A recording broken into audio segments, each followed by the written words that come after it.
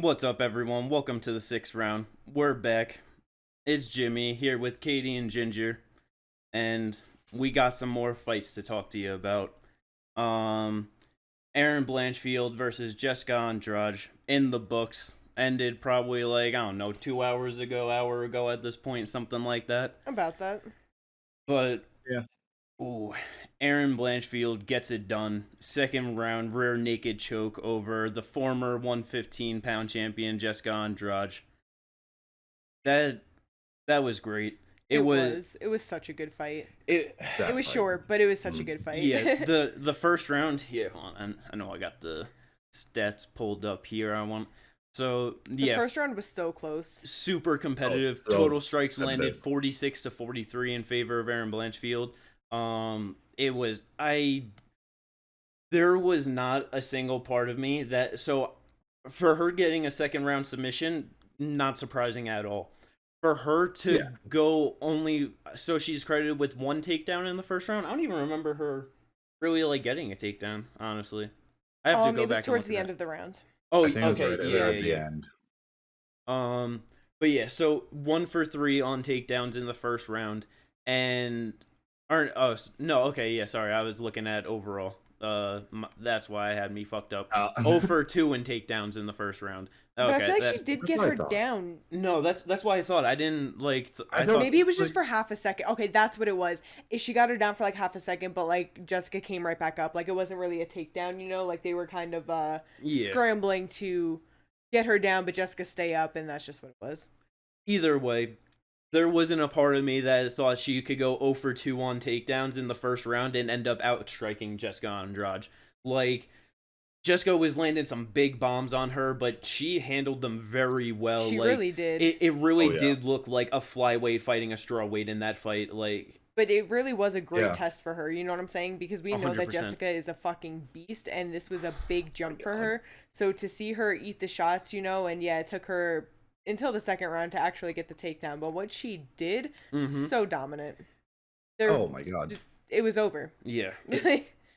If you had told me, like, before this fight happened, that Blanchfield was going to be able to, like, not only stay on the feet with Andrade, but potentially, like, getting the better of her in exchanges, I probably wouldn't have believed you. I would have been like, not at all. I don't know about that. Like, I feel like Andrade was such a big jump, especially in terms of the striking that she would have to deal with. Oh, yeah. That it's actually like, holy shit. Like, she was able to stay competitive in like there. She did that. Yeah. No, yeah, it makes me really excited. And her calling out the winner of Grasso Shevchenko, I'm like, yeah, because we already knew that she was an amazing grappler and that she was on her way up and that she's good. But yeah, to see the test on her feet, like I said, even though it was only for a round, just to test her chin a little bit and to see her hands, it's great. It just even raises the hopes for her in the division. She's gonna do so fucking good. And that's and like you said too, like getting her chin tested, but not only that, but like the composure and like the chin, like just, and obviously it was short, but like just that championship mindset of like,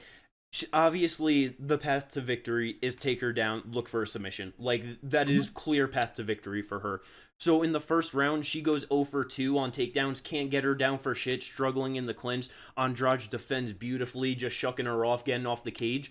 And like to have to stand on the feet, eating big bombs, but it's like, nah, like I still like, I'm in this, like I know what I gotta do. And then second round just goes out there. As soon as she gets the takedown, it was game over. That's what I'm saying. It was over. She got the takedown, instantly gets into half guard, instantly into side control. Like, there was no resistance to it at all. Andrade tries to stand up, shows her back, both hooks in. Or actually, before she even gets both hooks in, she tries to go for one, can't get it, locks up the choke, gets both hooks in, and it was just game over from there. She flattened out Andrade right there too. She didn't just like get the hooks in. She made sure that no, you're getting flat out. Oh yeah, you're not getting out of this. Her right leg was very elevated in the air, like Andrade, of just how hard like those hooks were pressed in. 100%, and that, like, just knowing like, and that's the credit too with the like, you saying like it did look like a strawweight in there with a flyweight. Yep, and that's the thing. Andrade has been fighting bigger women her whole career. Exactly. That's been the story of her career. So it's not like this was like anyone was coming in here like, oh, I don't know, she's fighting someone who's bigger. It's like, Right, like she's been doing this. Yeah, she's small, but she's yeah, been doing this. And exactly. And the only the only one, especially at 125, like to make Andrade kind of look like that was Valentina. Like that was the yeah, only person. And what, it took Valentina to the third round, I believe, to I get it believe the done. third. And like, Yeah, bro, I Just do like a believe it. second round, early second round too. no, like that just Yeah, like on the feet it was very competitive, but like again, I don't think anyone thought it could be that. And then yeah, once she got on top, it was that was even way more dominant than what Valentina did on top. Like it, yeah, that Aaron Blanchfield has some very high hopes in the future. Like Hell yeah. I do agree that it was very dominant on top. Like when it comes to like trying to compare it to what Blanchfield versus what Shevchenko did, I mean, Shevchenko got her into a crucifix and was just landing elbows, and there was nothing that Andrade could even do. that's very true. Like I wouldn't say it was more dominant, but it was like She was more it's definitely opportunistic with the finish. Yeah, it was definitely comparable in the sense that no, if that's what she's able to do against Andrade, as well as what looking at what Shevchenko had done, I think he there's was just talk. comparing it in the sense of how long it took. You know what I mean? No, Like yeah. it went to what, the fourth round you said? Third, I Oh, believe. third round? Oh, okay. Yeah. So just, a round sooner and early second round. Yeah, a Like, minute 37 into the second round. Like it's took just, less she than took- 7 minutes. Yeah, took her down and just was able to get to the back, get her arm in there, and it was just over. Like, Nope, it was second round. Was it second Double round? crucifix. Yep. Okay. 3 minutes 19. okay then. Okay. It's only 2 So minutes it like wasn't- earlier then. So basically same. Yeah, I was about to say same on But that even one. still, to be able to like do that to Jessica Andrade on par with Oh. Valentina, who's like the Yeah. greatest women's fighter, like other like in the UFC right now, other than Amanda Nunes, you know what I mean? Like, Oh, yeah, and pound for and- pound, arguably better than Amanda. And considering the only fighter to beat Andrade at flyweight, flyweight Yep. is Valentina. Shevchenko as well. So Yep. that is a big feather in the cap for Aaron Blanchfield. Oh, That is 100%. huge. On a week's notice too. Like, I mean, That's the thing. She had a full camp, but let's give that's full been credit for to someone Andrade. different. Yeah. Someone completely different. Oh yeah, let's give full credit to Andrade for on a week's notice. You Taking this fight. are ranked number 3 at strawweight, and you are going to take a fight against the number 10 ranked fighter, a 23-year-old who has just been smashing these girls, making it look easy on a week's notice. Like, so much respect to Right, Andrade. she fought, Oh, what, yeah. 2 months ago? I would think it was 2. Andrade? Yeah. Was it 2? No, it was in January. It was literally a month. Oh, okay, so it wasn't even 2 months ago. Yeah. Yeah, it was literally I don't. almost a Oh, month. to damn, the I don't know day. Yeah. why I thought it was December, but yeah, you're right. So it wasn't even a month ago. Yeah. Yeah, it was January 3 weeks ago. That's 21st. crazy. Yeah, and Like- and thinking about that too, like, bro, how she just steamrolled Lauren Murphy, and like, so it was at 125, like it was just at that weight class, like she was just there, like, Yeah. and so yeah, like that. Oh man, bro. I mean, I've been saying it, like I am I have very high hopes for Alexa Grasso and her chances to get it done over Valentina, but if she's not able to get it done, bro, Erin Blanchfield is coming. She's coming for that belt. I mean, even if she does get it done, Blanchfield versus Grasso. Oh, come that's on. so good. It's Oh my so God, good. that is It's like- so fucking good. that fight would be insane. Like, I almost want to see, well, not almost, I want to see that more than her versus Valentina for sure. Like, I hope Alexa gets the belt, and I hope that it's Erin versus Grasso next, because it lines up well enough too, you know what I'm saying? The with them only fighting. the only thing that sucks is that if she wins, they have to do the instant rematch. They have to. There's They 100% have to. like Valentina has like 7 title defenses. Like She has been one of the most dominant champions in the UFC. yeah. How about she- she just fucking retires? I mean, that's honestly like a possibility too. Like she's what, 36 now, I believe. She's getting up She's there. 34. Is she 34? Yes, 34. That's it. She turns 35 in March. Why the fuck do I keep thinking she's older? It's like Probably me just thinking because she's Brandon Brown been was here like 32. forever. Like, Yeah, so then she'll probably get that instant rematch. No, Well, 100%. Yeah, like, you yeah. know what I mean? Because she probably won't, like, retire, I but mean, let's see. When did she win the belt? Who did she win it against? Liz Carmouche? No, she got it against JoJo, Joanne. Sorry. Joanne? Yeah, Joanne. Yeah, Yeah, Jacek. so wins against JJ, I Joanne. should say, not JoJo. So Joanna, Jessica Eye, Liz Carmouche, Caitlin Chikagian, Jennifer Maya, Jessica Andrade, Lauren Murphy, Talos Santos. Yeah, 7 title defenses and 8 title wins. Yeah. Like, you're getting an immediate rematch, Her which only losses in the UFC are to Amanda Nunes. yeah, you can't be that mad at that. No, not at all. no, I mean, I wouldn't be mad. I'm just Oh. saying that I would like to see Aaron Oh, versus yeah. Grasso. Oh yeah. No, I definitely understand that. But I mean, shit. And it's like Grasso wins twice, and that's definitely the next fight up. But yeah, Oh definitely. yeah. And So, even then if that happens, then you could put like what you think they Blanchfield against Santos. You can you rebook said that. I was gonna say you think they've rebooked that then if that's what ends up happening? Who Probably. wants to put up against Either Manon like, Farrow. That's it. yeah, it's that or Ron Farrell. Because then you could do Tyler Santos maybe versus like Caitlin Chookagian or something. Yeah. But actually no, because Caitlin just lost, so let her fight down. Yeah. Well. Bro, the younger names, like, I mean, Tracy Cortez, she's good, but I don't think she's gonna get very far in that division, to be honest.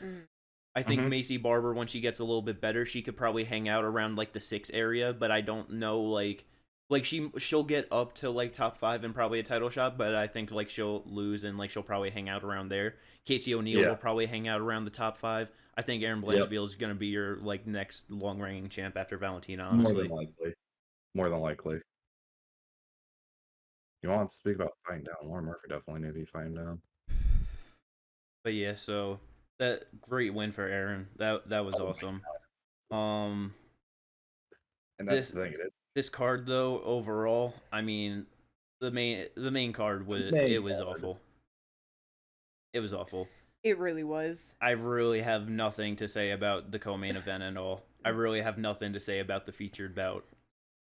No, like the co-main terrible, the featured bout terrible. The most exciting thing about the card out of any of it other than like Jim Miller, because you know Jim Miller and Alex, that was a good fight, but like with the 3 before the main event was just the leg kicks from Marcin. Like that's literally it. I wouldn't even say that That's was the, like, but I'm like, okay, I shouldn't even say exciting, but that's the only thing that happened amongst those 3 fights. Yeah. Other than the 3rd round for Zach and Jordan, nothing happened. He got a new record for landing 63 leg kicks in a 3-round men's fight, which is the most in a 3 rounds men's fight. So I mean, congrats for Marcin Prachnio for doing that. But that's also all he did. But what was it, like 7 strikes in total? I mean, I have the all 8 stats. strikes for William Knight. 8. Yeah, 8 for William Knight to 79 for Prachnio. Right, but out of the 79, 63 were kicks. No, not even. 63 were leg kicks.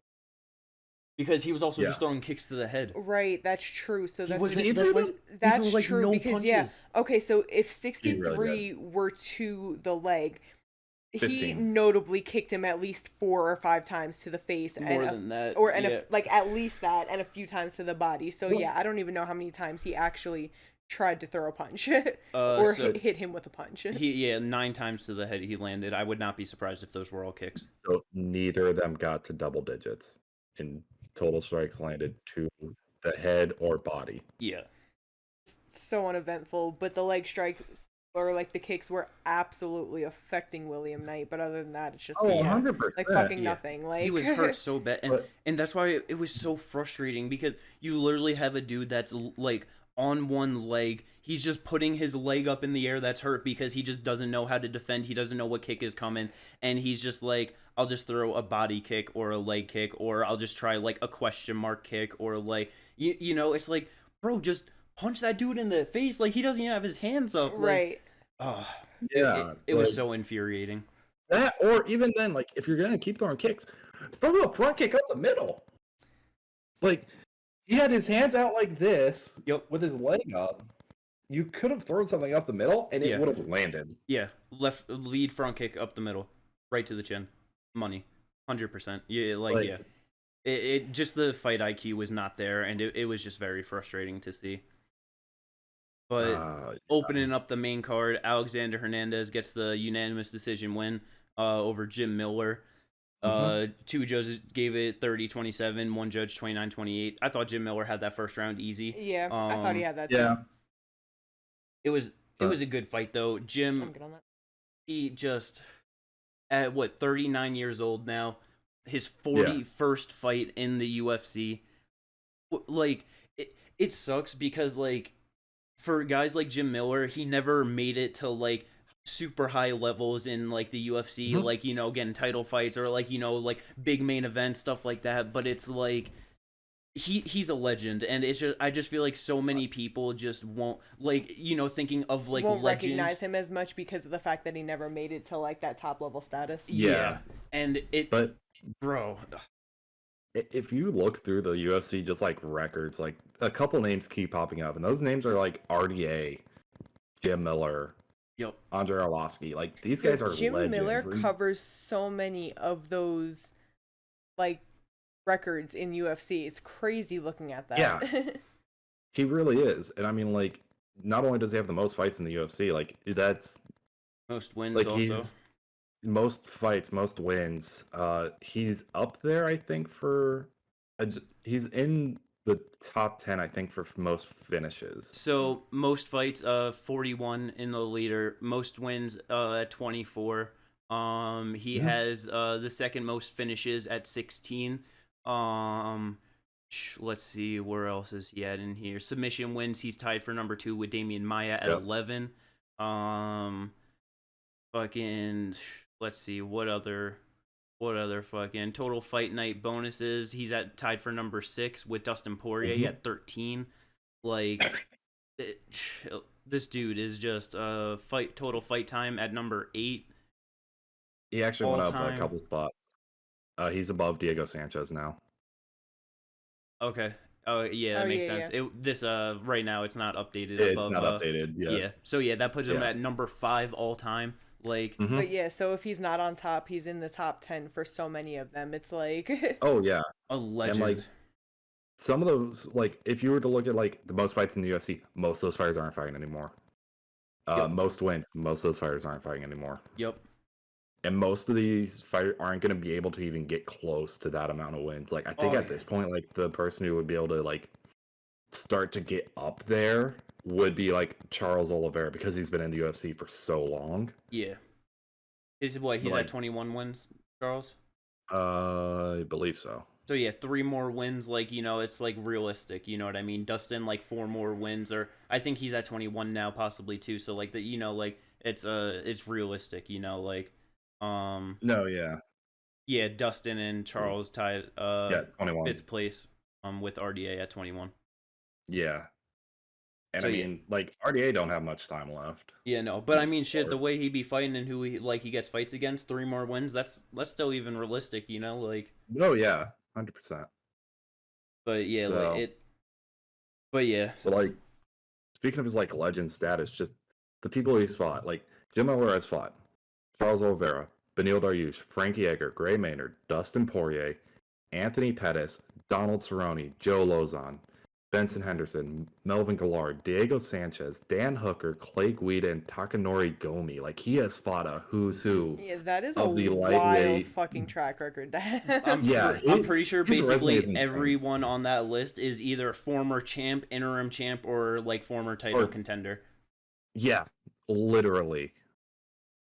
Like, just insane. Like, Even then, if you go, like, he is a legend just for the people he's fought. But then, like, you also just look, like, because there are names that aren't on there, like, where is it? I know he has a couple other ones that, like, fuck, I thought I saw something. Like, Thiago Alves, Michael Chiesa. Yeah. Another great one.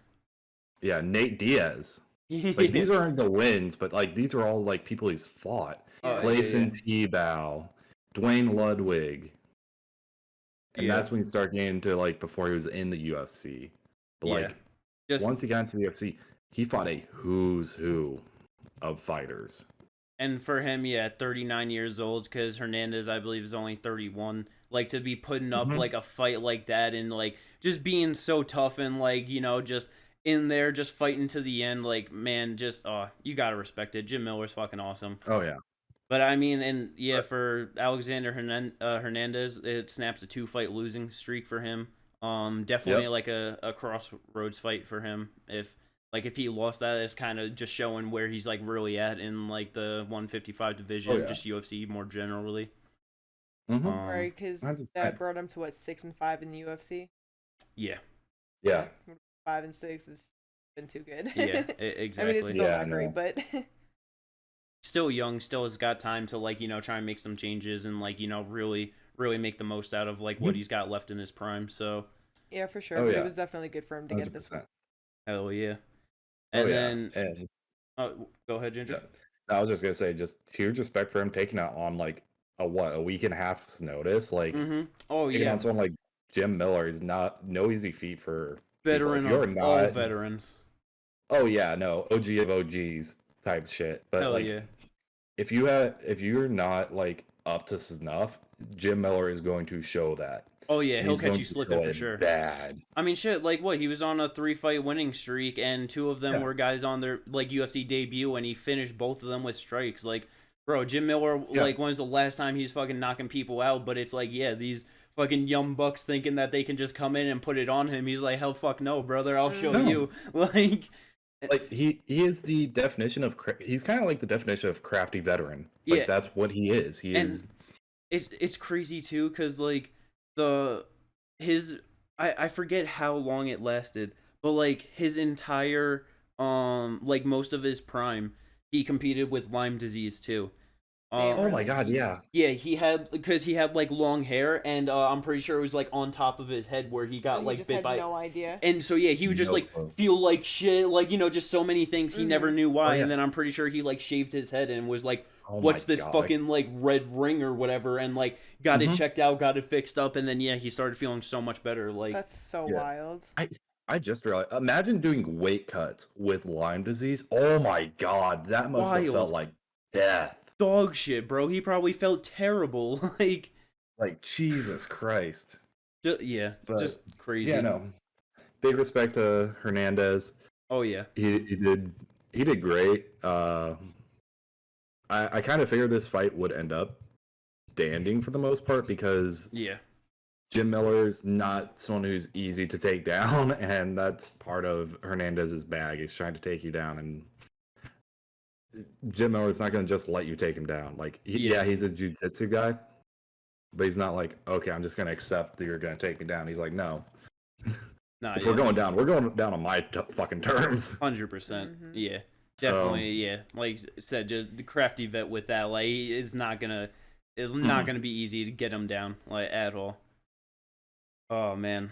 But yeah, that was really like the 2 good fights, the opener and the main event for the main card. On the prelims though, Kate, ooh, motherfucking Clayton Carpenter. Flyweights are at it again. I love it. Flyweights, they're so amazing. Clayton came in making his UFC debut, and it was just a beautiful flyweight style.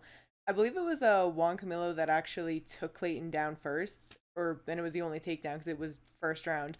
But Clayton threw up the triangle. Juan defended it pretty nicely and just fell back into it, but the transitions, the sequence, it's just so good from Clayton. Went into the armbar, into the what is it, the omoplata? Yep. And then from there just took Juan's back and got the rear naked choke, and it was just such a nice scramble. I loved Beautiful. every second of it. Like, it was so fast, Oh, but yeah. flyweights are so fun. Yeah, like I'll never get over the fact that yeah, just a couple years ago, so close to fucking being cut from UFC entirely. Like Yeah, I it's couldn't crazy imagine too to that. think that we needed Henry Cejudo to fucking save it for us. Like Right, because we have a main event of Yeah. all the big boys giving us a terrible show, and then here come in the just the little Flyweight guys. prelim We're just openers. right, the prelim openers, just a fantastic first round sub. It was just so fun. I don't understand how you Yeah. could think about cutting that. nor like it when it comes to that, it comes down to just culture and just so many casuals Yep. are just like, oh, they're smaller than me. Oh, like it da da da da. Like I don't want to watch that Me and Yep. Jimmy were shit. talking Blah, blah, about blah. that, how like, yeah, it's just because of the assumption that, oh well, big strong guys, they're gonna sit here and knock each other out, and it's like, Yeah. not necessarily. And if they don't knock each other out, odds are that after those 5 rounds they're gonna be exhausted and you're gonna have a Hmm. horrible fight after that. But Yeah. these young small guys, not only will they stand up on the feet and beat the shit out of each other, they could take it to the ground and have crazy scrambles. They're not just gonna Oh lay yeah. on top of you and suffocate you for the next 3 rounds, 2 rounds, whatever. No, it's gonna be great. Yeah, you don't be getting scrambles like you do at men's flyweight. And I was about Not to at say, all. no, you do not. And that's the thing, like with bringing up Henry Cejudo and saving the flyweight division. If the just imagine, we would have lived in a world if they had cut the flyweight division. If like TJ Dillashaw won that title and they killed the flyweight division, we would have never gotten the was it quintilogy of Brandon Moreno Quadrilogy. and Davidson? Yeah, quadrilogy of Moreno and Figueiredo, Yep. which had some of the best fights of like when they were fighting. Like Jesus Christ! And now To we got like think, the rise of fucking goddamn Tatsuro Taira and fucking Mhm. Muhammad Yeah. Makayev. Like fucking you got Manel Kopp that got added into the yeah. UFC from Ryzen. Like bro, there's a lot of fun fighters at 125. Oh my Like God, yeah.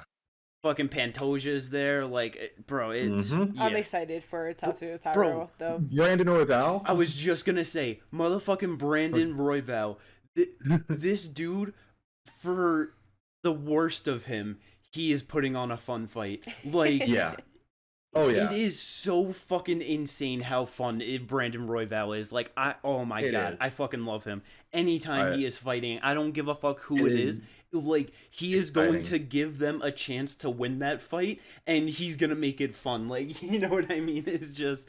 Well, shout out Oh. Henry Cejudo for letting this happen. No, yeah, 100%. Like, Exciting. I don't remember who. it's great. And then yeah, like flyweights are great. Other than that, on the prelims, Myra Bueno Silva gets the second round knee bar over Lena Landsberg. Great, just fucking on her back. Lena standing up, walks into like her legs, just rolls under, catches it. Soon as she gets the full extension, she got the tap. Like Lena knew that it was done. And like just yeah, that was great. Myra up to 10-2 after that. Lena now down to 10-8. I'm pretty sure Lena was 40 years old also, like going into this, so probably gonna Yes.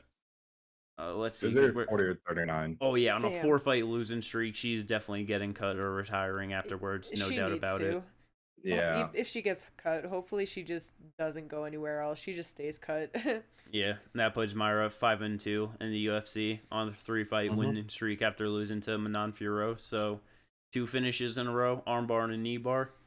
She's here stretching some limbs, so she's always fun to watch. She's here and she's gonna put your limb on top of the mantle. Oh yeah. But yeah, other than that, performance of the night went to Aaron Blanchfield, Myra Bona Silva. Fight of the night, Nazim Sadikov versus fucking Evan Elder. Ooh, that cut. Ooh, That That God. cut was Oh, nasty. Damn. everyone, go to motherfucking Twitter and see that if you are not squeamish about that shit, because oh my god, that looked like it was like fucking 2 inches deep into his head or something. Like, No, seriously. Yeah, it was is insane how nasty. it looked. Like holy That's fucked shit. up. that shit was just fucked up. Yeah. Oh. Like, I'm just thinking about like you're like just thinking about it just like in my head right now, just how thin your skin is right here and how deep it actually looked. It's actually kind of insane. No, seriously. Yeah. That's not good. Not good at all. Not good Unless at it all. went No. that I don't know. I don't want to think about it. Oh man. Yeah, right. But yeah, that a bunch of other like on the prelims, fun fights, fun finishes. Oh, OSP, sad. That was Yeah, terrible. that was sad. That was. What was oh god damn it, I just exited it by accident, but I'm pretty sure it was like 18-1 or some shit in strikes. Like it fucking Yeah, like it was just It was just something just all sad, yeah. Sleep lens the whole time. Like yeah. I think OSP landed one good strike and Lens was just like, nah, kept going. Yeah. Like it Ugh. I feel like this is always brought up no matter what fight card it is. But if you skip the prelims, you're missing some of the best fights. Oh, You No, really are. seriously. bro, people slack on it Like, so hard, and it is so crazy to me that like unless like the UFC is going to like a pay-per-view, or like they're having a pay-per-view in like a big place, like Australia, like some place that like really is like premiering the talent, that like you'll have the early prelims, and like some of the prelims, like depending on how good the card is, like empty arena. No, Like, seriously, people will be Oh showing my up until God. the main card. And sometimes you'll see that it's not until like the co-main event yeah, that like it's actually filled, like that it packed out. finally gets packed out. Yeah. Crazy. Like and like I'm just like, if I'm paying that type of money, like especially like when the people on the floor, like yeah, they have that money, so like it doesn't matter. But if I'm paying that money, I'm like, no, I want to watch the whole fucking thing. I feel you, And but it's like, especially okay, MSG for instance. I feel like that's a place where people like it doesn't get packed out until the end, until it's like, it gets to the fights, and it's like, one, that's a huge arena, and two, MSG is so expensive. And you're telling me you're not packed out till the co-main? That's fucking crazy. And like, to your point of it even being like, stadiums like that, they're stacking the cards, like they're gonna be good fights. Yeah. And you're not going till the end. Part. People are casuals, filthy fucking casuals. That's all it is. Yeah, it just. I mean, some of them I kind of understand. Like a lot of the like celebrities and whatnot, I can kind of understand not going into like the main card and staying behind, just so that way there's more security. They don't have to worry about like just people coming up to them and shit. Yeah, but like, MSG is huge. How many of them are fucking celebrities? It is, but like all I'm saying is like.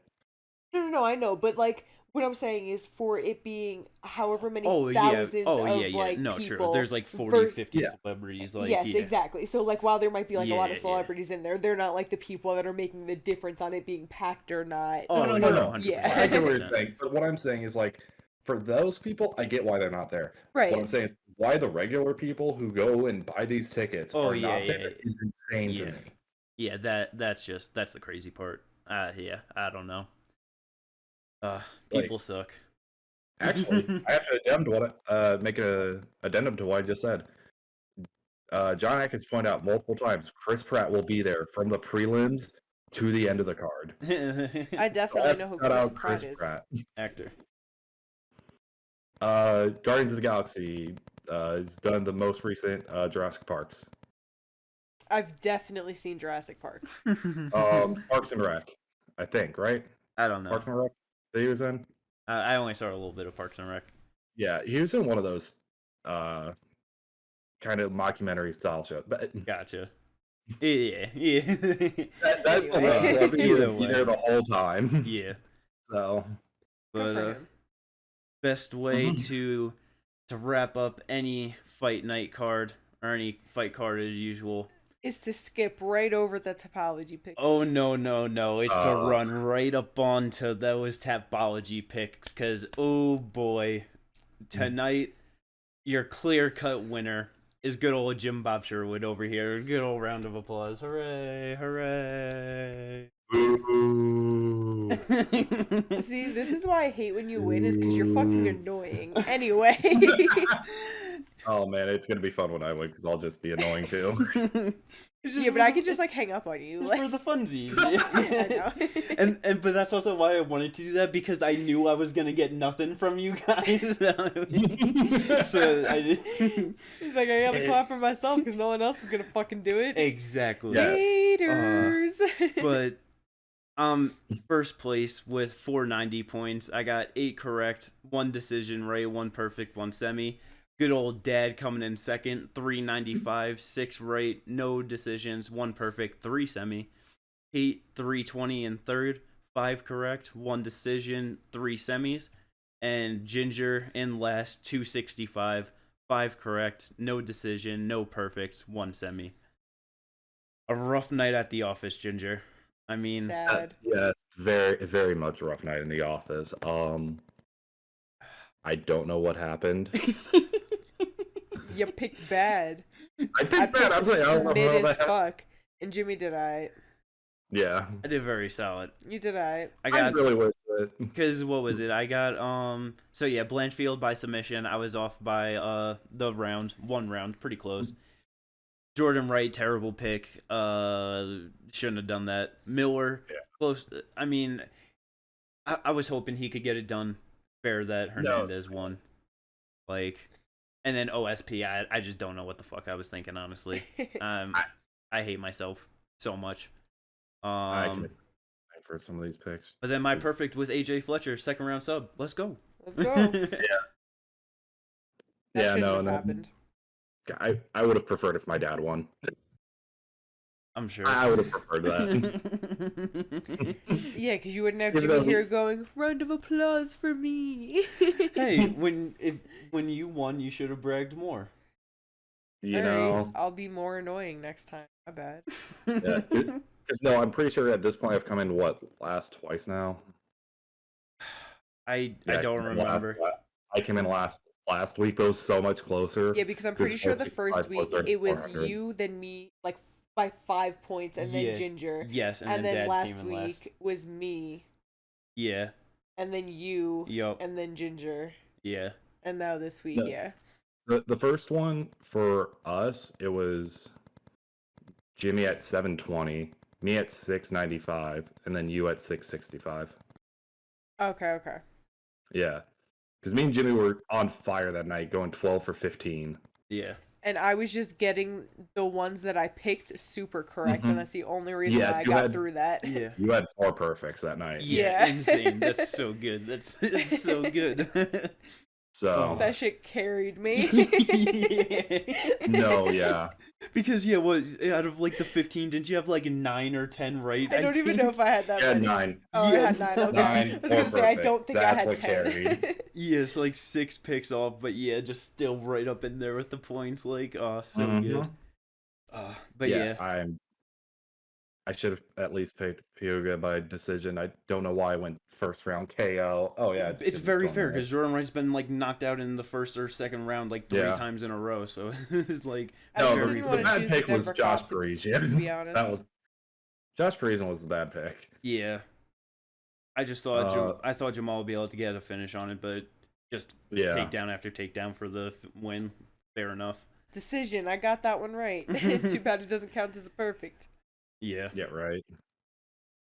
But yeah, I mean, not the highest amount of points because only the 11 fights, not the longest fight card, not the best picks going on, but yeah. But let's go. So yeah, overall for first places now out of the 3 weeks, Kate with 1, me with 2. So Ginger, you gotta put on that I got fight IQ helmet and start getting some of these picks right. Actually, keep losing. Look, I was super close that first week. Nah, yeah, that's true. It was very close all night long. It was going like back and forth. Once it got to like the co-main, after the co-main, I realized it was before the co-main started. I realized there was no way I could win because me and you had the same exact pick for the main event. Yeah. And it was just and then I think it was like, if we got it wrong and Kate got it right, then she would have won that. Like, that's... Oh, yeah, because she had Glover. Yeah, like, exactly. The only one with Glover. That's what I mean. It was literally, like, one pick off, like, to the end. Like, it was so good. So good. Oh, man. But yeah, so, solid night of fights. I mean, give it, like, a 6 or 7 out of 10 overall, probably. I think I would, if I were to break it down, it's an Apex fight card. You know what I mean? Yeah. Like, I'd give it an 8 out of 10 prelims, and then like a 5 out of 10 for the main card. Yeah, that's very fair. But so let's get into some motherfucking MMA news. Hasn't been the most going on this week. Entirely dominated by the Islam IV shit earlier on. Just for it to immediately get shut down. It just sucks because it had me just thinking of all the potential of like, bro, imagine Islam getting stripped and he was out for 2 years. Like, just who gets put into the title fight, like all the potential from that. And then it was just 2 days later, just nothing. No, I don't even think they would have been like, oh, who do we put into a title fight? I think they would have just been like, all right, Charles Bennett, you guys are now for the title. No, yeah, that's probably what it would have been. But then it's just like, what if you have Volk campaigning for that title shot, like the vacant, and you had people getting behind it? It's like, Bro, Volk versus Oliveira for it, like that's entirely could have been possible. It could have been, I but mean, I it don't could know have if he would have done that. I feel like Volk would have wanted the rematch specifically. Yeah, I think so but too. he's not gonna wait 2 years. Just like not gonna fight Yeah, at that's true, 55 that's true, to. yeah. No, yeah. I think he would be fine. Like at that point though, it's like, okay, Volk, defend your belt, fight Yair, let this fight play out. Yeah, Because you're no more likely, depending on how Max Arnold goes, he might not even have a contender really. that's very So then true. you have him go back up and fight the winner of Benny and Oliveira. That's very true. That's very Yeah, fair. because Benny deserves a fucking title shot. Yeah. Jesus Christ. Nah, you're right. And I'm not saying this to like try and get Benny out of one. I'm just saying these are all like Oh, yeah. possible things. Like These you are know, all possibilities. Yeah. But, like, Jimmy's the best in would with the be- UFC on just not giving Benny a title shot until he's an old man. it's hoping hard. that they were motherfucker. higher. It's hard. But Because it's just hard because it's like if there was a vacant title and the Mhm. three names to go in out of the two spots are Oliveira, Volk, and Benny.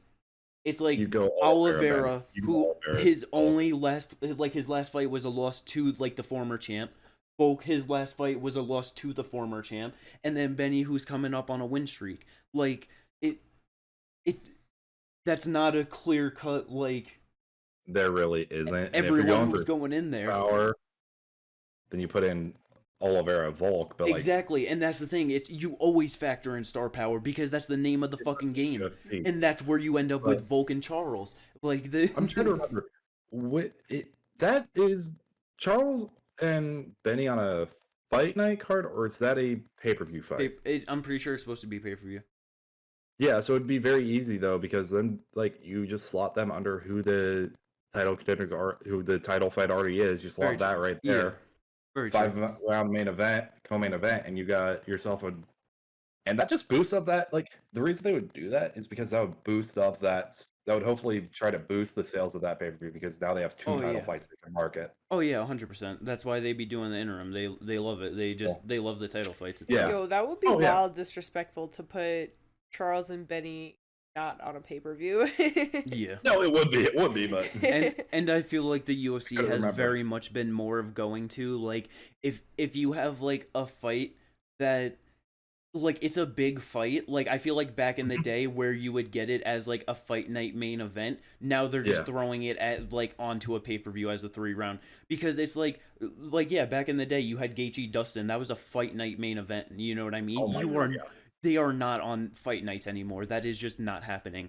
Like if this Yeah. was back in the day, Dustin Chandler could have easily been put on a fight night main event, you know, for like a title shot or some shit. Like, you're not wrong.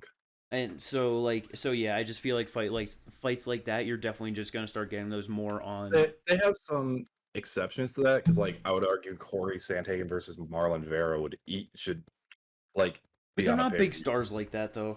They are, I guess, They're but not. like they're Well, not. But really, like, the only that's thing for Cheeto pretty much- going for him is that you have like the Ecuadorian, like Ecuador behind him. Yeah, I guess so. But yeah, you know, like that's really it.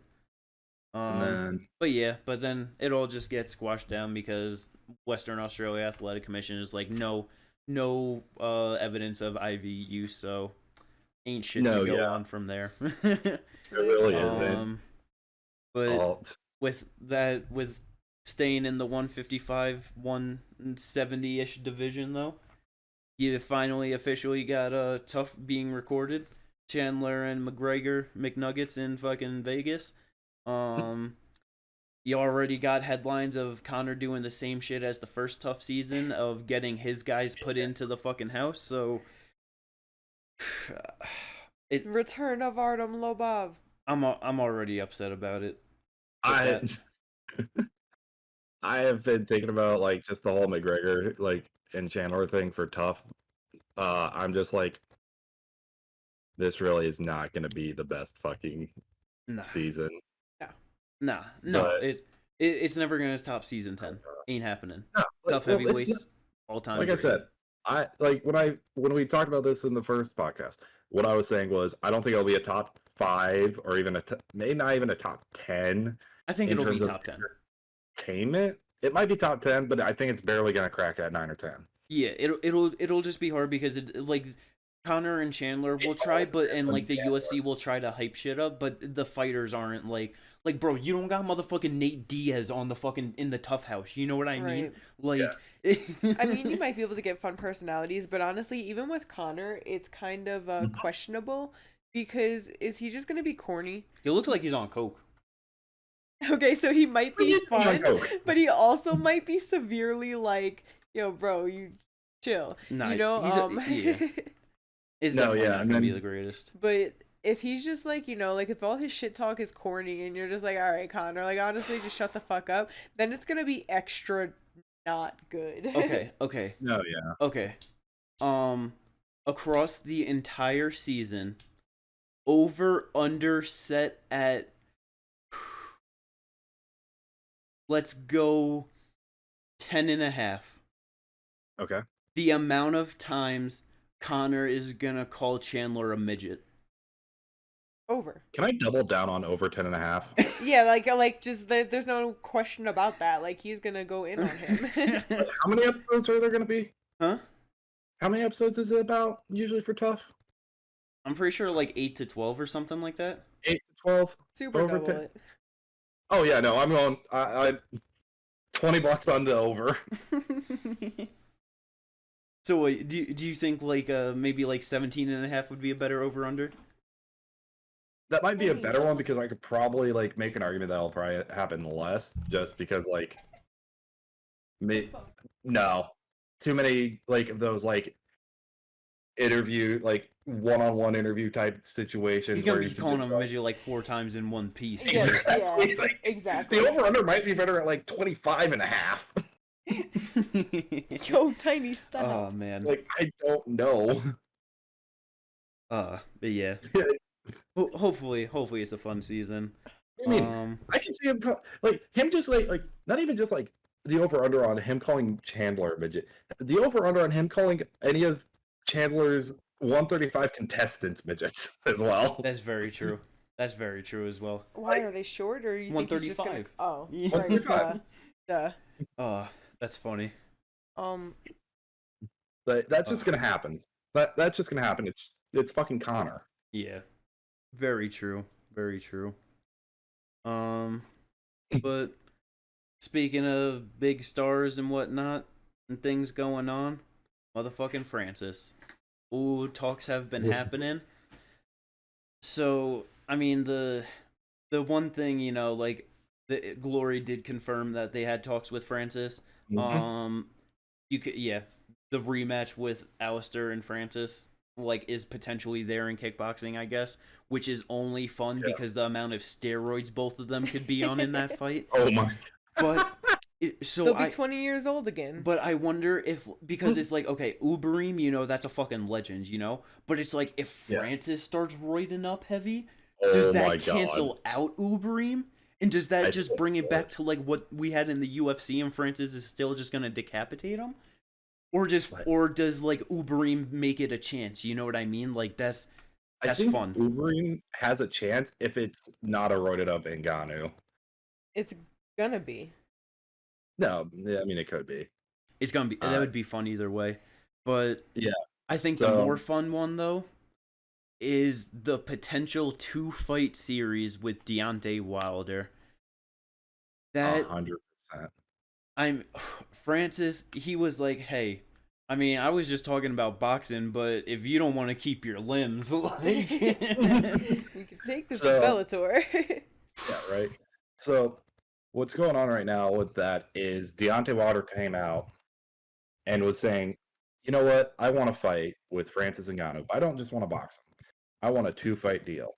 I want to fight him in my sport. He comes to my sport. I go to his sport. Do what no other people are doing with this kind of thing. Exactly.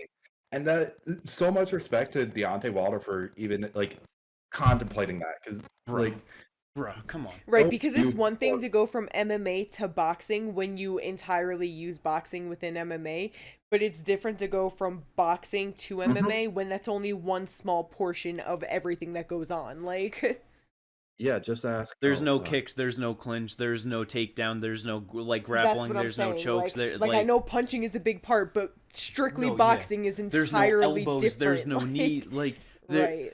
Like yeah, just out of all the fucking different like techniques and like all the different martial arts that you pull from, like boxing is one of the most limited that you're bringing into. Like I was about to say, coming in from going from boxing to MMA, just ask fucking James Toney how that went. Yep. He got taken down instantly and beat the fuck up by Randy Couture. No contest. Damn. Like No. yeah. This is the interesting part with the whole Deontay Wilder and Francis thing is, Deontay Wilder is shown on Showtime. That's where he fight. That's where all his fights are. Yep. You know who else is on Showtime? Who? Bellator. Mm. So you can get a one fight deal with both those guys at heavyweight. Bellator can finally do pay-per-view again because that will sell. Yeah, do you think they would actually attempt pay-per-view, or do you think they just throw that on like big CBS? Ooh. They throw that on CBS. They might just do that. If they were able to if they saw that Ryan Bader versus Fedor for the heavyweight title in 2023 was good enough for CBS. And like the return to CBS at that. Come on. Like that's easy. That's actually huge. That's actually huge. Giant fight. It is in terms of boxing, in terms of just strictly the boxing match, I 100% prefer to see Francis Ngannou versus a Deontay Wilder than a Francis Ngannou versus Tyson Fury. And even if we get the Deontay Wilder fight and he wins that, go ahead and fight for it. It's just hard because like I know me and you have talked about this a little bit because it's like him versus Fury, like for a crossover boxing and MMA, that's by far the biggest fight that you could do out of all of them. And the whole thing is the mystery and like the mystique of how the fuck would Francis do against a top level boxer. Even if he fucking fucks up Deontay Wilder, the mystery is gone. Like it's just you're gonna see the technique, you're gonna see where that level is at, and you're gonna see that it's gonna be no contest for Tyson Fury. That's it. No ifs, ands, or buts. Like it's so like just doing that, it takes it away. So that sucks.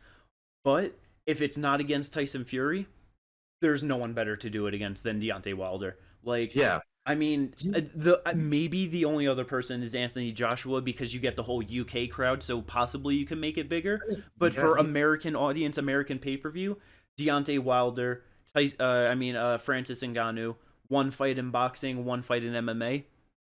Well, can't go wrong.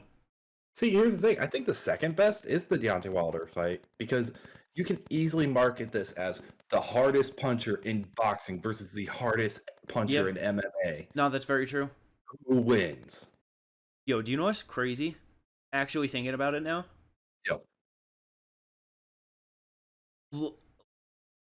Deontay Wilder is like, he could be a 205er in MMA. He really could. Like, for the longest time, he was weighing in at 212, 215. I was going to say, because I'm pretty sure I remember, like, if he was like 216 or something for one of his, like, Fury fights. Right, so it's like that's to cut 10 pounds, like that's crazy to think about. Because because boxers don't cut weight like MMA fighters do, so it's like, bro, he would easy 205er, bro. Well, yeah, what's the fucking need to? I'm sorry. Okay, I'm sorry. Classes? I'm completely derailing this 100%. It's fine. Even maybe, nah, you can't do it in kickboxing. But even if it was boxing, bro, 205, Deontay Wilder, Alex Pereira. Oh, I knew that was what was going to be brought up. Brother, come the fuck. You said it doesn't have to be kickboxing. I'm like, oh, I know what you're about to say, and I'm already in love with it. Bro, yo, oh my god. See, this is why everyone, please, anyone that fucking listens to this podcast, you have to do everything you can to support the efforts of One Championship in America. They are the promotion to do all of this shit. Bring all fighters from different combat sports into hype-ass fights. They are the one to do it. No, you gotta support them. They really are. It's like, oh my god. It's Part They're one finally making their championship. debut out here. Like, we gotta support the shit out We them. out Let there. them blow up. Speaking Yo, on that, I mean, honestly, it just made me like think about that real quick, like because we are gonna be fucking there, like for the like one fights, yeah, like should like we fucking do shit for like some coverage and stuff like that, like try and you know what I mean, like just take videos, like try and do whatever we can, post some shit for the podcast. Oh yeah. yeah. I mean, definitely do that. But just to kind of go on what you're saying, like even with how much like not Tyson Fury, Deontay Wilder has been weighing recently because he bulked up a little bit for the next two Fury fights. I believe his last fight as well. He was still coming in around the 230 to 235 range. That's still within the range to be a 205er. Yeah, no, yeah, 100%. Like he could With a slim long up, enough cut down, and he's camp, there, easy. boom. Yeah, no, So, yeah, 100%. but I don't know if his frame's that great for a 205, being 6 foot fucking 7. Bro, he would smash fools. Bro, if Oh he, my god. yo, if he could stop the slightest bit of takedowns at 205, bro, smashing fools. Because Dude, I mean, shit, Jamal Hill, he's gonna stand up, like he's a stand-up fighter. Like he Yeah. could shoot takedowns if he wanted to. He ain't doing that though. Mhm. Like, Oh yeah. And honestly, with the way like Jamal Hill looks, he could probably be a 185er. Like with his frame. I don't know. I feel like he could get there. It would probably be rough for him. It's just that's It'd be 20 rough pounds. It's a lot, right now. Yeah. It is.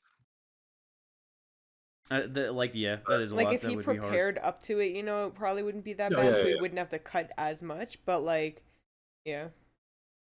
But yeah, either way, I hope we can really get some shit done and worked out with them because that's gonna be great.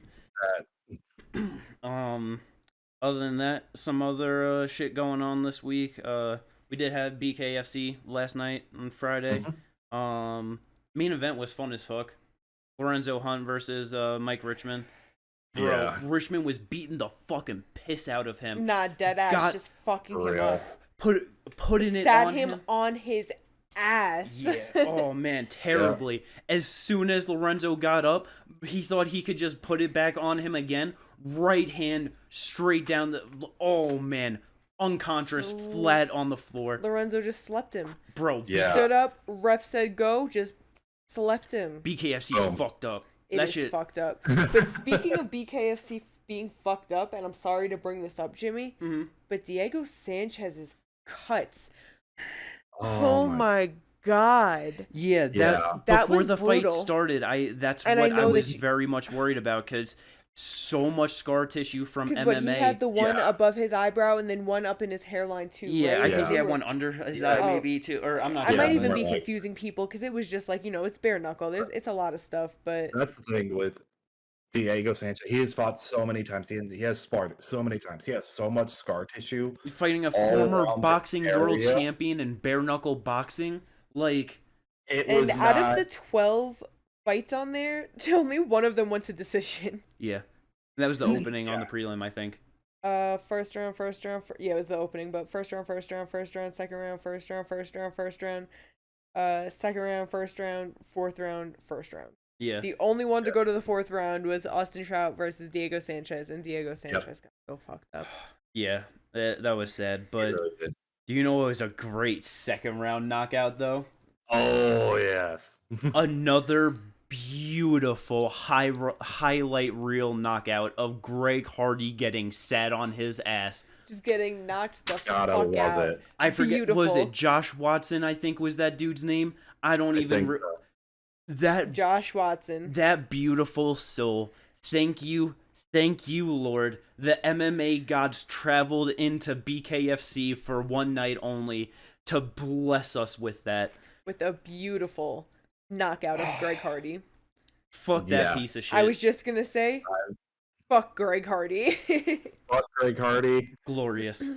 I will say we are officially a Greg Hardy hater podcast. Oh yeah, It- we are officially a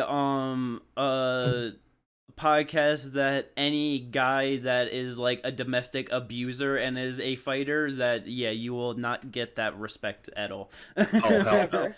'Cause I know So we'll have just any certain fights one of coming them up you to, can like- think off the top of your head: John Jones, Gervonta Davis, We are pure advocates for so them many getting knocked the fuck out.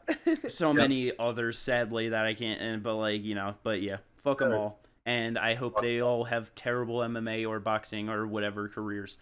Yeah. I won't say that they don't deserve to try and make a living, but I hope that they fail terribly at it. And that's my 2 cents on that.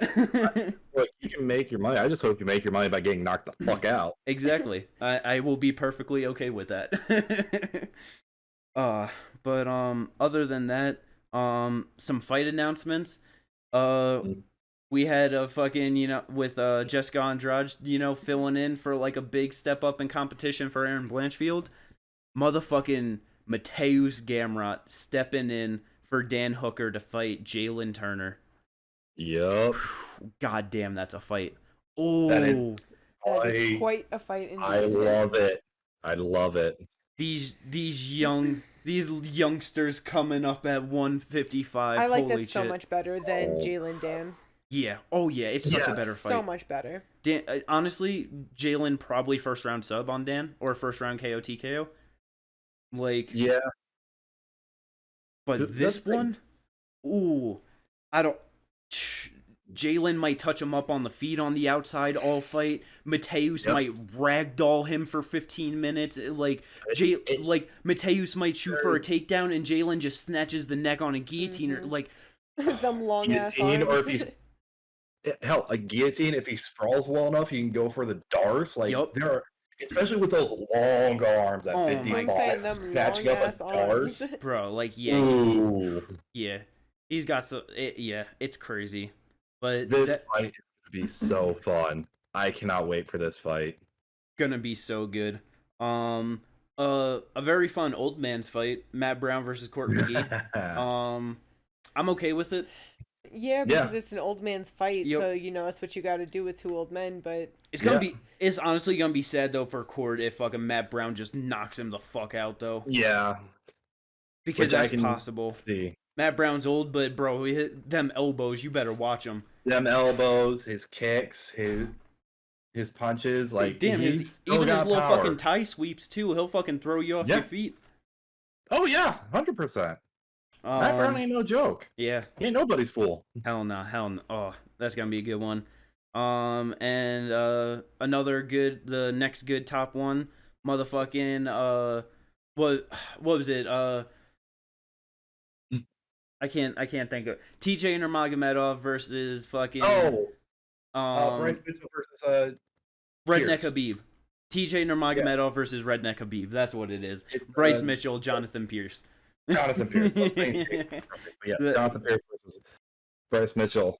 I mean, UFC definitely given Bryce a soft landing after that beatdown he got from Ilya. Yeah.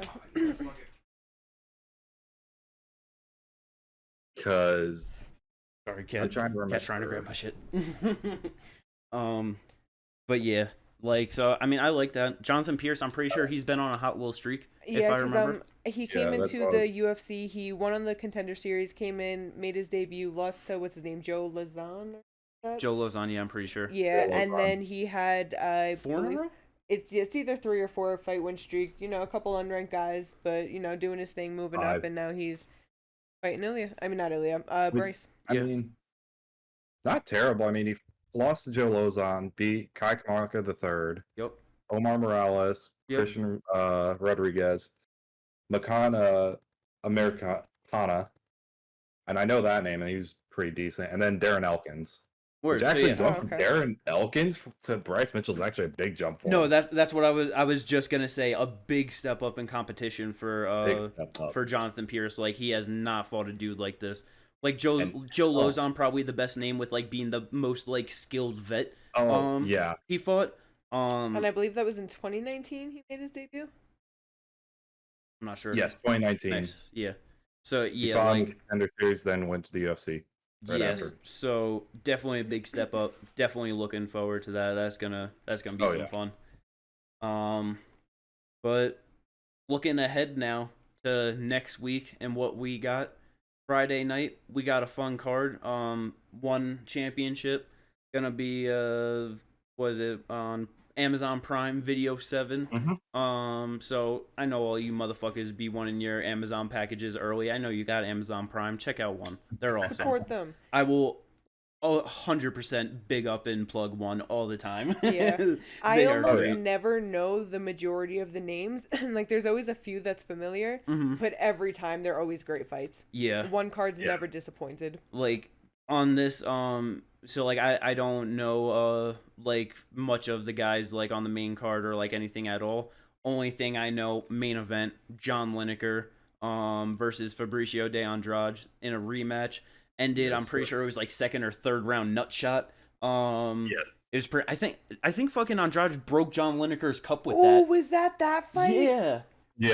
Oh, I remember it. My goodness. Third round, 244, accidental groin strike. That was the nastiest nut shot I've ever seen in my life. Nasty. Yeah, split the cup, but just, his reaction to it, too, was just terrible. I ain't never seen somebody need a bucket pulled on stage for them to throw up from being kicked in the nuts so goddamn hard. I've seen a couple times where they pull it out and dry heave into it, but never actually, like, throwing up or, but, vicious. But, I mean, one featherweight championship, shit's gonna be fun as hell. I mean, John Lineker, hands of stone, like, he's a fucking animal. 35-9. Yeah. So Fabricio 8-2. That's crazy. It is. And then co-main event, one lightweight Muay Thai World Championship. Don't know either of these guys. But it's fucking Muay Thai and it's for a title. It's probably gonna be fun as shit. Yep. And one championship. Danielle Kelly versus Ayaka Miura from Tokyo in the grappling match. Don't know either of them as well, but goddamn, their grappling matches are always fun as shit. So let's go. They really are. So yeah, hopefully that's good. Yeah, so let's go Danielle Kelly. Above that though, they got the 155. 155 is a fun ass weight class, so high hopes for it. Hell yeah. So hopefully we get some good shit out of that. Then on Saturday, moving ahead a little bit more. Motherfucking Bellator 291, Yaroslav Amosov in the main event for the 170-pound title versus Logan Storley. 26-0. Best record in MMA right now? Best current record, I'd say. Yeah, and there's no way that someone named Yaroslav is going to lose to a Logan. Sorry. Yo, that's very true. That's fair. Like, that's just not happening. I mean, yeah, considering... Oh, wow, this is a rematch. This is Logan Storley. Yeah. His only loss. It was a split decision, too. Damn. Yeah. Yeah, back in 2020, Logan... beat Douglas Lima. Yeah. So, like, he's... This is definitely going to be a good one. Like, bro, just to put on fucking 26, like, fights in a row, and it's, like, what, 1, 2, 3, 4, 5, 7 wins in a row in Bellator. So it's, like, it's not like the, fucking dude that we saw earlier that, fought Jamal Emmers in UFC where he came in 23-0 making his UFC debut, but the last dude he fought was like 3-0 or some shit coming into this, like, and he really showed that there are levels to this. Yaroslav coming into Bellator at 19-0 and just been smashing his way through, just fucking just grinding everyone out. Like they just can't deal with it. So it's gonna be fun. I'm excited for that. And for him to be back after, like, the war in Ukraine and shit, like, I really hope he can get a win. Like, that'd just be awesome. Oh, yeah. And it's a Dublin card, so Dublin always be popping off for Bellator. So that should be fun. They really do. Other than that, UFC, also back next Saturday. Main event is honestly not my most hype fight of the night. Nikita Krylov versus Ryan Spann. Someone's getting finished. That's it. Yeah. I would be surprised if it goes to the second round. I agree. And now just looking at this and looking at the Bellator card, is it going to be the night of the Ukrainians? Maybe. You got Krylov and Yugoslav, both Ukrainian. Yaroslav Amosov, you mean? Yeah, Amosov, sorry. You're good. Both headlining the major MMA events on the same night. Yeah, that's pretty cool, actually. Yeah, let's go Ukraine. Nah, I need Ryan Spann to win for my fucking MMA draft, though. Fuck your draft. Fuck your draft. Yo, fuck my draft. Let's go Ukraine. I'm with you. I was about to say, It is what it There's is. a whole year for the draft, buddy. It is what it is. It is Co-main what it Andre is. Muniz taking a step down in competition, in my opinion, fighting Yeah. Brendan Allen after beating Uriah Hall. I'm pretty sure. I think his last one was Uriah. Yeah, by decision. But I guess so. But motherfucking Tatiana Suarez is back. Mhm. Let's fucking go. I hope she can get right and be where she was at, because 32 now, yeah. and it has been, yes, since 2019 since she's last fought. Oh, Coming up yeah. on 4 years.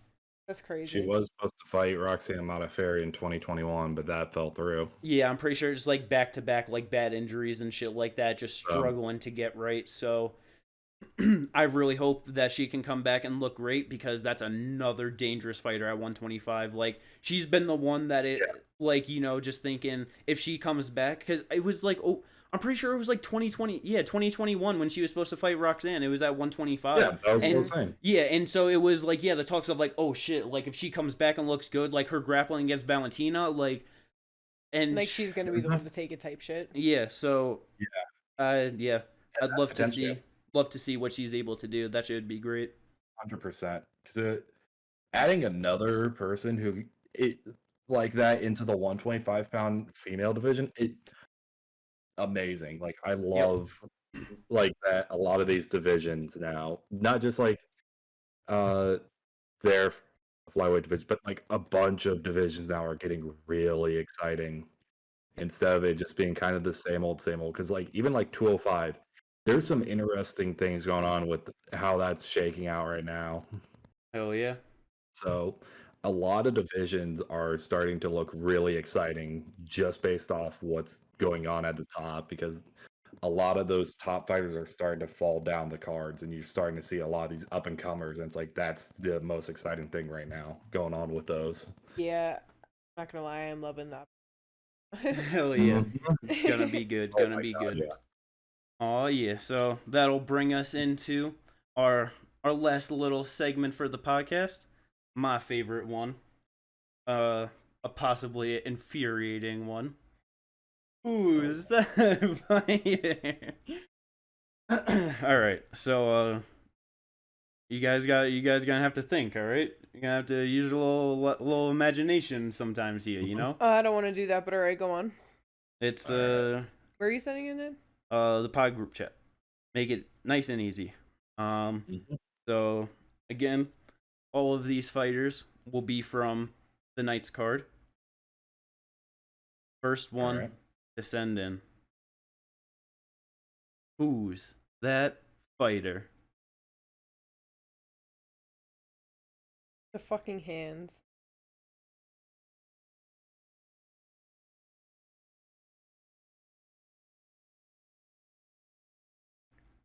Ginger, if you want.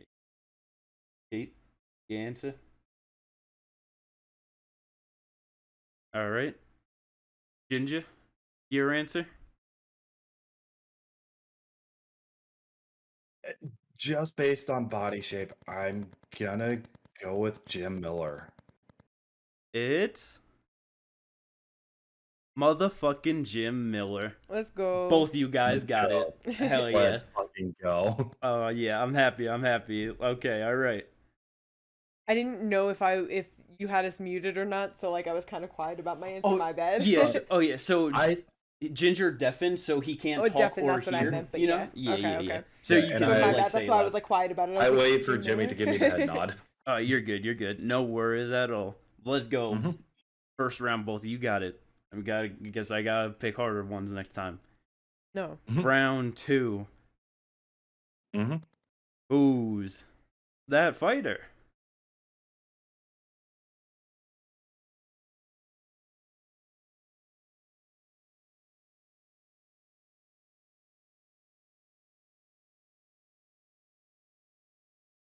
Your answer? It's a limited time. Oh, is it? Well, I wasn't even on the picture. I kind of want to say Jessica. Jessica? Because this is big years, so I don't think it's actually Jessica. But it might be. But it also... There's too much time. Okay. Or Jordan Wright. I don't know. Jessica. Ginger.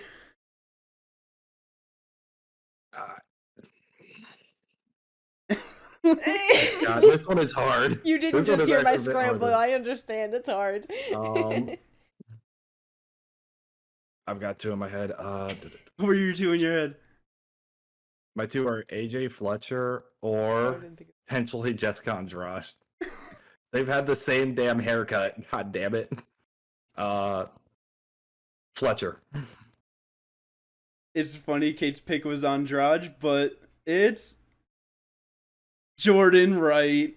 Damn, that was Oh, my wow. second pick. I was between Jessica and Jordan Wright, and I was like, Jessica, Jordan, fuck it, I'm gonna go Jessica. I know you were saying Jessica, and I was just like, oh, that's funny. It made me laugh. And then you're just like, or it could be Jordan Wright. And so I was just like, and then so I'm just like, Kate, your pick. And then you're just like, fuck it, Jessica. I was like, damn, so close. It was the ears that made me think it wasn't Jessica, but I wasn't super confident in it being Jordan, to be honest. Like, And Jordan didn't even cross my mind because for some reason my head, like, that hair does not look like Jordan Wright's hair. Right. See, I felt like the head was like just the shape of it, and like how, like I don't know, just how big his head is in the ears. I felt like that was a good one because I don't know, he got like a big blockhead. I mean, yeah, like it wasn't off. Like I was like really between it. Fletcher. That's true. That's true. Fletcher does have that big head, and like his hair kind of goes off to the side like that. So, but let's go. That was a good one. uh, Third and final round. Who's that right. fighter? Let's see it.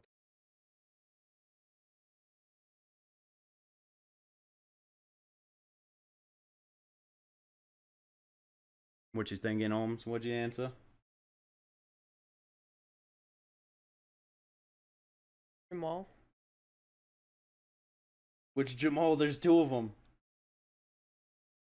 Oh. Pogues. Pogues? Okay. Ginger? I'm just gonna go with Pogues. I really don't know. That was also Kate's answer. The answer is Like, Jessica Shut the Andrade. fuck up. you asshole! You asshole! I'm gonna need you to That go is fuck such a yourself good immediately. picture. That's a terrible picture, like with the flag over and everything, so you Yeah, can't exactly. even like. So it looks like it somebody makes who's fucking made her huge, look and like a mad husky dude. Like that was fucked up. Yeah, that's so. It's like in terms of picture, that's like who's that Pokemon when it was like Jimmy's a the ball, you're garbage like, asshole. Voltorb, and it's like no Jigglypuff from the top. It's just like what the fuck? No, it's like that really one annoying part, or well, like spoof of who's that. Who's that Pokemon? And it's like who's that Pokemon? And they keep showing you different Pokemon, but fitting Pikachu into it. And then at the end, they show you Pikachu, and they're like, who's that Pokemon? It's Clefairy, and it's Clefairy and like... Pikachu. Man, It's funny because the first picture that I took, it was gonna be her like holding some girl up in the air and like had her arm up, and I was that's just not even fair to have two people in the picture. well, I was just like, oh, like that might be a good one because it's just like in my head, I'm just like, oh, picking them up, like looking like they're gonna slam them, like. What the hell? But yeah, and then like once I edited it and then made it black, I was like, that looks like nothing. Like, it doesn't even look like a person. Yeah. It's just like an ink splat. And what do you see in this barely, image? like, that just looks like a That big one, dude, honestly, like... I thought like the hair like would be able to, like. Okay, but like Pogues in like his last fights has had like hair that's been sticking out and shit, and it's just like Right. So not for nothing, like you cannot tell that. No, and also, like, I don't know, Jessica's hair doesn't look like this right now. I feel like it's a little bit longer. Okay, she'd be doing it all different though. Exactly. Yeah. So that makes it hard. Jimmy, fuck you.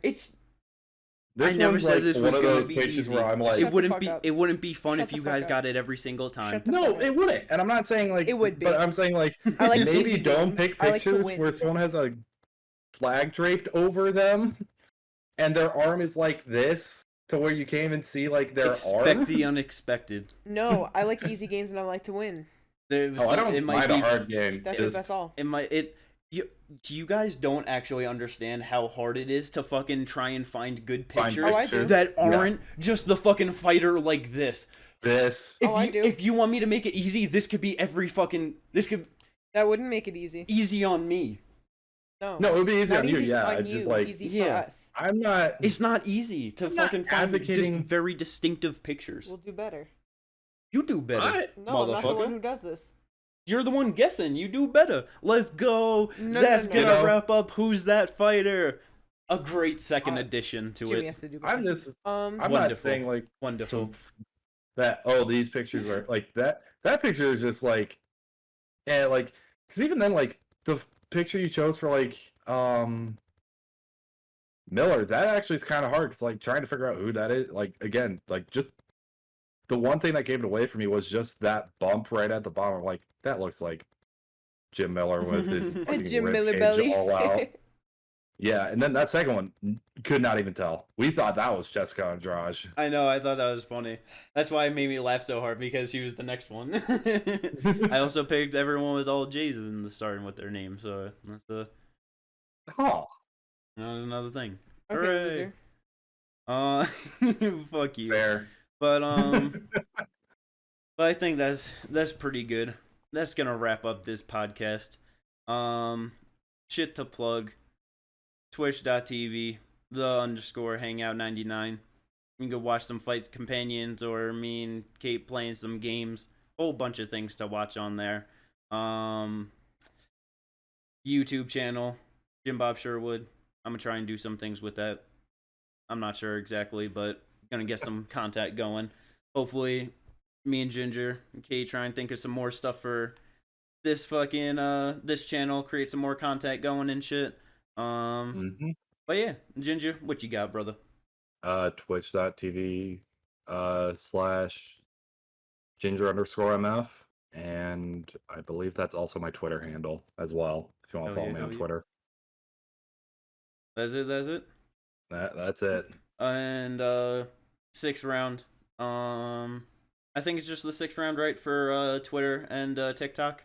Yes, Twitter, TikTok, both the 6th round. Yep. And Jim then Bob Sherwood also for my Twitter. So let's go.